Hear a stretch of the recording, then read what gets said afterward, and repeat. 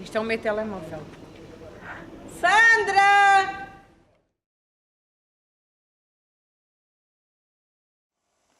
Flórida Maria Sá Canhoto de Lourenço. 56 anos. Nasci em Borba, no Alentejo.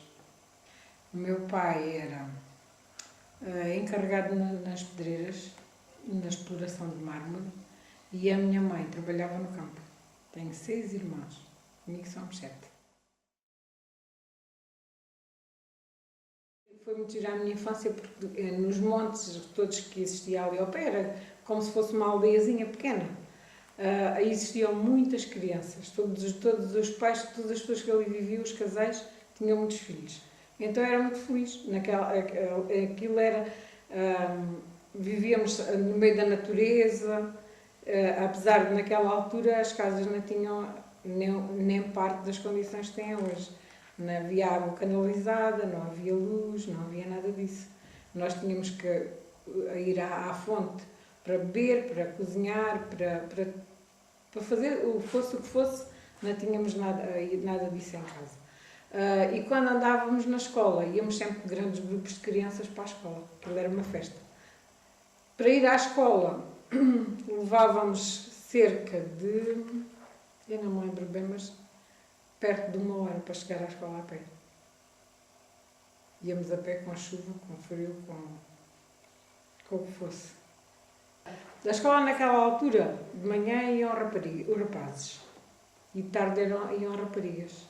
A escola era separada. E eu tinha uma tia que dava explicações no verão. Então, no verão, na casa da minha avó, era sempre um monte de meninas sentadas numas cadeirinhas daquelas que se põem ao lume, quando a gente está ao lume, pequeninas, e lá estávamos nós a fazer os trabalhinhos da escola, a aprender coisas para o próximo ano. Que a minha tia dava essas explicações no verão. Era as nossas férias de verão. Nós saíamos do mesmo sítio. Estávamos sempre no mesmo sítio. E tínhamos que fazer muitas vezes recados aos pais. Então trazíamos meia rata de açúcar, que é 250, e naquela altura eram naqueles pacotinhos de cartão, e trazíamos açúcar, ou massa, ou arroz, porque só se comprava praticamente essas coisas. O resto era semeava os pais. Tínhamos sempre quintal ou na horta, e os animais que se comiam praticamente eram todos criados ali em casa. Tínhamos galinhas, tínhamos borregos, tínhamos porcos, todas as pessoas tinham um porco. Depois matavam um porco no início do inverno, outro no fim do inverno. Fazia os chouriços e era o que nós comíamos de conduto durante o ano, eram chouriços. Ou condutos só se comprava manteiga. Praticamente éramos autossuficientes para nos governar. Até para nos aquecer a lenha, lá íamos nós, as meninas e os meninos, com os pais buscar feixes de lenha à cabeça quando era a limpeza das oliveiras. Tínhamos poucos brinquedos. Os brinquedos eram os brinquedos que os nossos pais, feitos praticamente pelos pais ou pelos tios, era bonequinhas de trapo.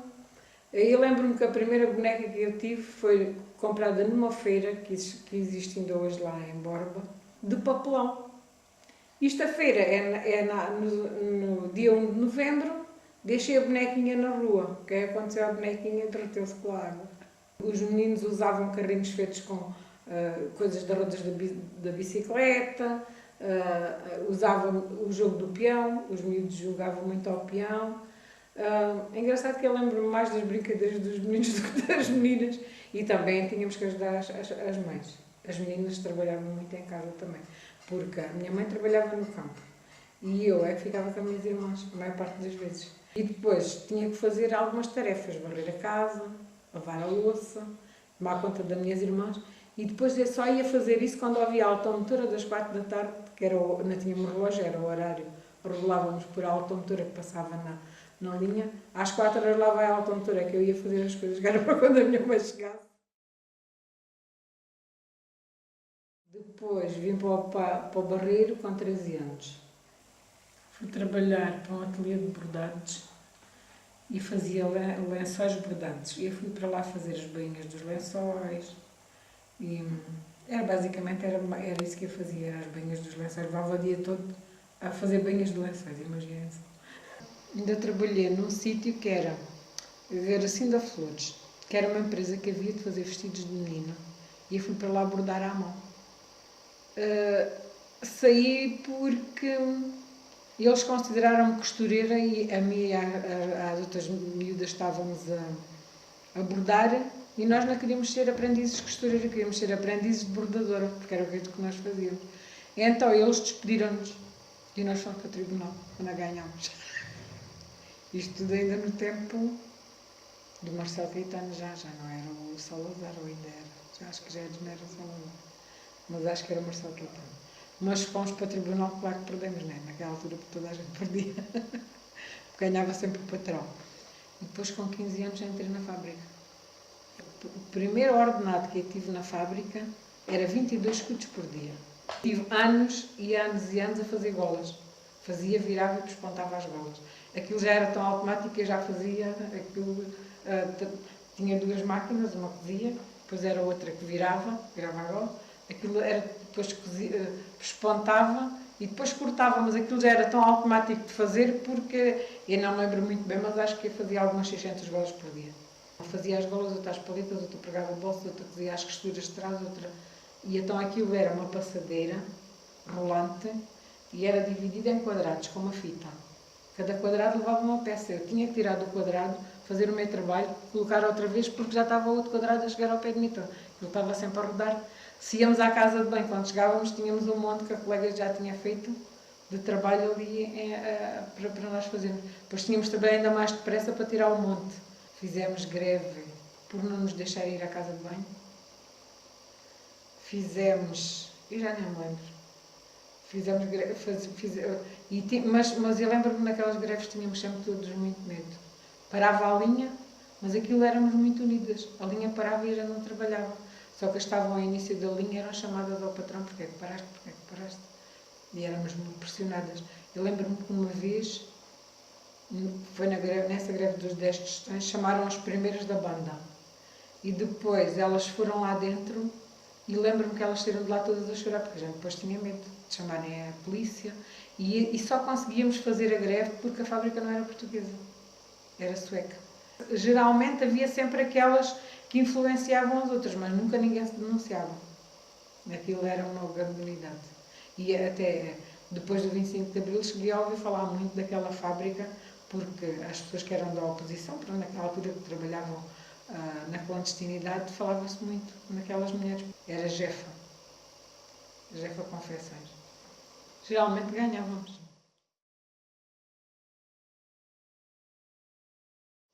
A ideia que eu tenho do 25 de Abril e a comparação que eu faço muitas vezes é que vivíamos a preto e branco e começamos a viver a cores, como as fotografias. A gente vivia numa coisa escura, pronto. Era, apesar da luminosidade do nosso país, mas era tudo... Não se podia falar, não podíamos, principalmente o falar. E depois havia a guerra do ultramar naquela altura, que era muito violenta e os rapazes... Tanto que as mães nem queriam ter filhos, preferiam ter raparigas quando estavam grávidas para não irem para a guerra, porque não sabia o tempo que aquilo ia durar, e durou ainda muitos anos. Quando foi o 25 de Abril, foi o vivermos em liberdade e foi sabermos que a guerra ia acabar. Aquilo foi... Acho que foi a maior experiência da minha vida. Foi uma coisa incrível. Mas no dia foi o 25 de Abril, as que éramos mais jovens, estávamos todos... Ouvíamos rádio, um rádiozinho aqui, tínhamos um rádio, estávamos a trabalhar a máquina, ouvir o rádio. Antes do 25 de Abril ouvíamos a novela, Simplesmente Maria. Que a gente, como soubemos mais, foi um chofer que havia na fábrica que foi a Lisboa e veio a contar o que é que lá viu. Foi como nós soubemos mais. Mas com as notícias que ouvíamos no rádio, devia ser as tropas a transmitirem no Rádio Clube, era naquela altura o Rádio Clube Português. Eu sei que quando era 1 da tarde já ninguém trabalhava, estávamos todas na rua, no quintal, a fábrica tinha um quintal, estávamos todas na rua e aquelas que eram casadas ou que tinham os maridos a trabalhar em Lisboa ou que tinham os maridos na guerra, lembro-me que elas choravam. E íamos para Lisboa. Eu lembro-me de que as minhas colegas para Lisboa faziam manifestações à noite. Saímos do trabalho e íamos para Lisboa fazer manifestações. Mas era como, toda a gente tinha alegria em fazer as coisas. Até eu fui trabalhar para o Alentejo um fim de semana a apanhar azeitona, que no fim já andava deitada a apanhar azeitona, que já não tinha força para dar em pé, ou de cócoras, como se costumava apanhar, sem termos prática, e fomos daqui, pagámos o autocarro, levámos ao almoço para ajudar as pessoas no Alentejo que tomaram conta da reforma agrária, para ajudar as pessoas a fazerem as coisas lá nas herdades. Tudo o que eu fiz a seguir ao 25 de Abril não me arrependo e gostei, pronto, aquilo era tudo, foi tudo com alegria. Só uma coisa que eu me arrependo foi que aquelas lutas que nós... agora vamos fazer isto, e uma vez prendemos os suecos todos. E isso arrependo-me de ter feito. Mas naquela altura acho que era normal, pronto, a gente queríamos férias, que não tínhamos, antes do 25 de Abril.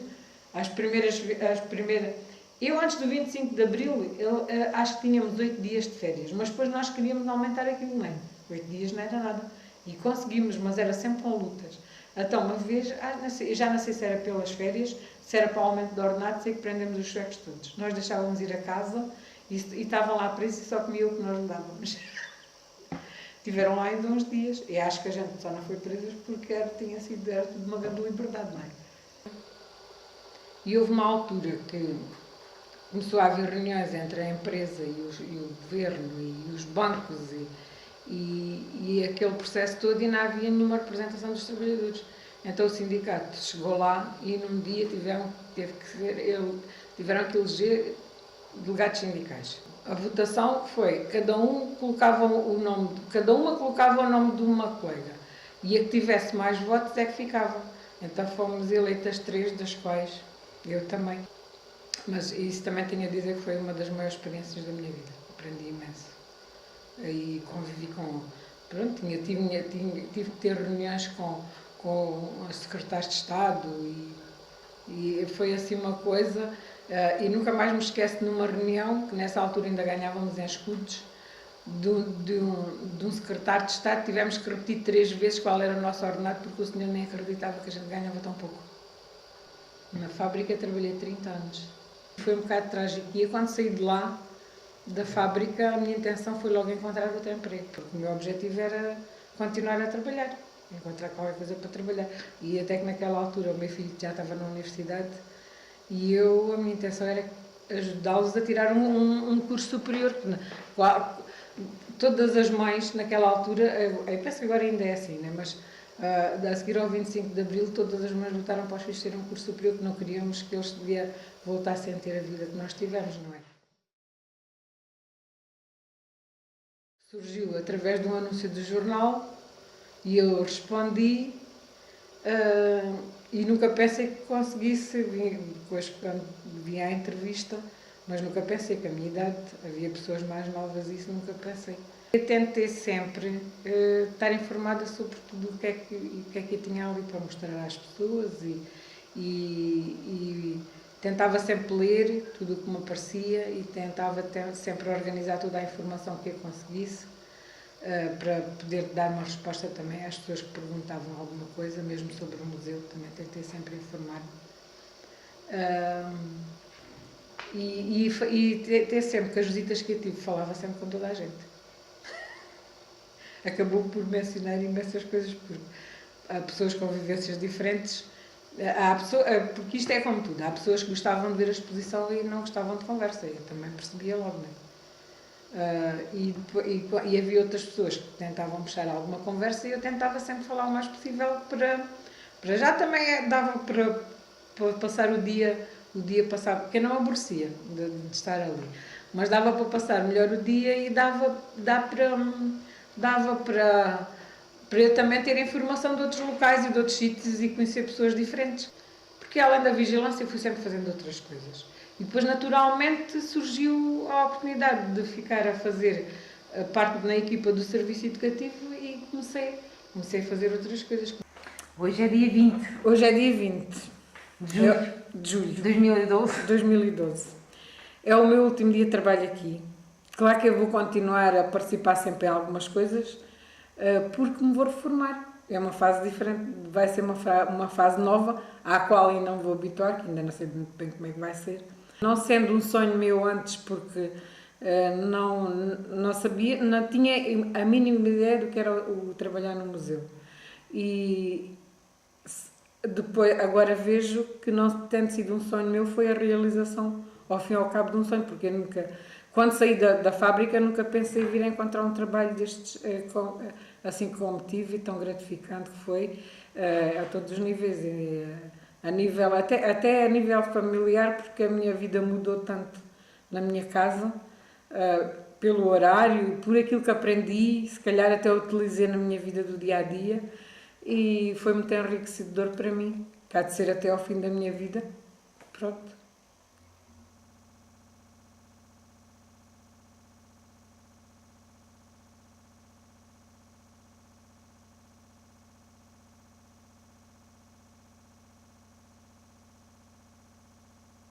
Quando cheguei de férias, estavam a montar a exposição. Então os quadros eram de pintura, mas eram todos brancos. A pintura era branca e o quadro era branco. E eu, quando cheguei de férias, já estavam a montar a exposição, estava na sacristia, entrei na igreja, fui ver a exposição. Olha, tapar os quadros com lençol. Eu, como não percebia muito de arte, aquilo era tudo branco, achei que estavam tapados com lençol e não estavam.